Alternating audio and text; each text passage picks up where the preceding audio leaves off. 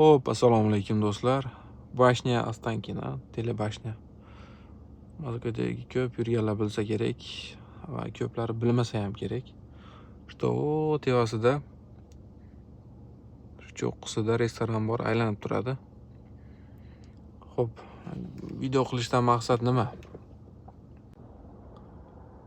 Video qilishdan maqsad nima deysizlar, hozir ketyapti.